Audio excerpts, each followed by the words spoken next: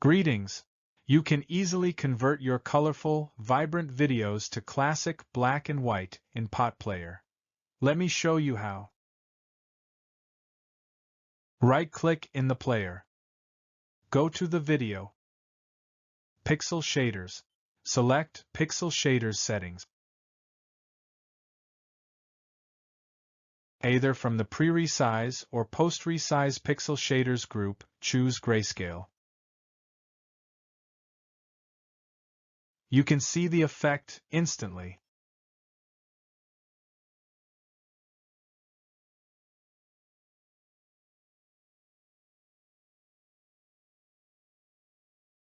Alternatively, right-click in the player and choose Preferences.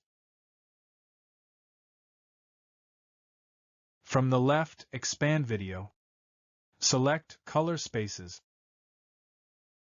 Under Color Controls, set Saturation to 0.